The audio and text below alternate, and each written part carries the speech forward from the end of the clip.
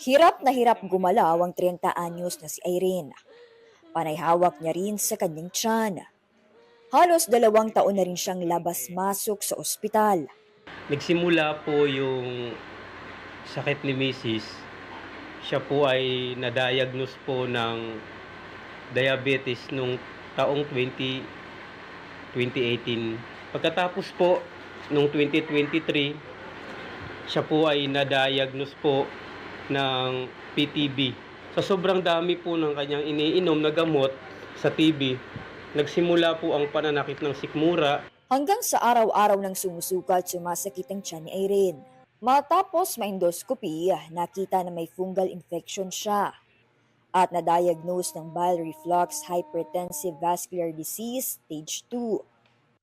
So ang bile reflux, ito yung pag-akyat or pag-reflux ng bile papunta sa ating stomach or esophagus.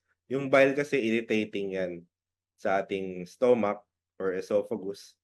Kaya pwede itong sumakit. Pero hindi yung ganun ka-severe. So pwedeng may ibang causes kung bakit ganun talaga yung sakit ng tiyan ng ating pasyente. Dagdag pa ni Doc, ang fungal infection sa bituka ay maituturing na rare. At ang prone na magkaroon nito ay yung mga taong mahina ang resistensya. Healthy lifestyle pa rin yung nire-recommend namin. So dapat tamang timbang, huwag tayo maging overweight, yung tamang body mass index dapat. Tapos huwag hihiga agad pagkatapos ng kumain. So maghintay tayo ng mga 1 oras bago humiga. Chew slowly, no? Huwag yung lunok agad ng mga pagkain. Gamot sa paghusuka, antidepressants at pain reliever lang ang mga iniinom ngayon ni Irene. Pero ayon sa kanyang asawa, halos hindi na nga tumatalab ang pain reliever sa misis. Wala naman silang magawa dahil hinihintay pa ang result ng CT scan para malaman kung ano ang dapat gawin kay Irene. Alam ko na nahihirapan ka na. Alam kong sobrang hirap. Sobrang sakit yung nararamdaman mo. Laban lang. Naririto ako. Kahit anong mangyari. Hindi kita iiwan. Lagi ako nasa tabi mo. Basta laban lang. Nananawagan po ng inyong tulong si Wilmar para sa mga gastusin ng kanyang misis sa ospital. Ako po ay taus-puso pong lumalapit sa inyo. Nananawagan po. Nadugtungan po ang buhay ng asawa ko sa hirap na nararanasan niya. Ako po si Mobile Journal Pascual na nagpapaalala na ang bawat may karamdaman ay kailangan din ng kalinga. Nilaunch ng Parish Pastoral Council for Responsible Voting o PPCRV ang librong Tibok Pinoy bilang paghahanda sa eleksyon. 6 na libro ang binubuo sa Tibok Pinoy na isang values development program ng PPCRV. Ang sentro niyan, responsible voting. Pero hindi lang voters. That was our point eh. It's not just voters who need it. Because if we're only teaching voters education, parang every 3 years lang. Para maging totoong edukasyon, dapat hindi siya pabugso-bugso, di ba? Dapat tuloy-tuloy. Kitang-kita raw kasi sa estado ng eleksyon at pamamalakad ngayon sa bansa na nawawalan na ng halaga ang kabutihang asal hindi lang sa paaralan, kundi pati sa mga tahanan. For books based on values, yung pinakang matapat, magalang, masipag, matulungin, makabayan.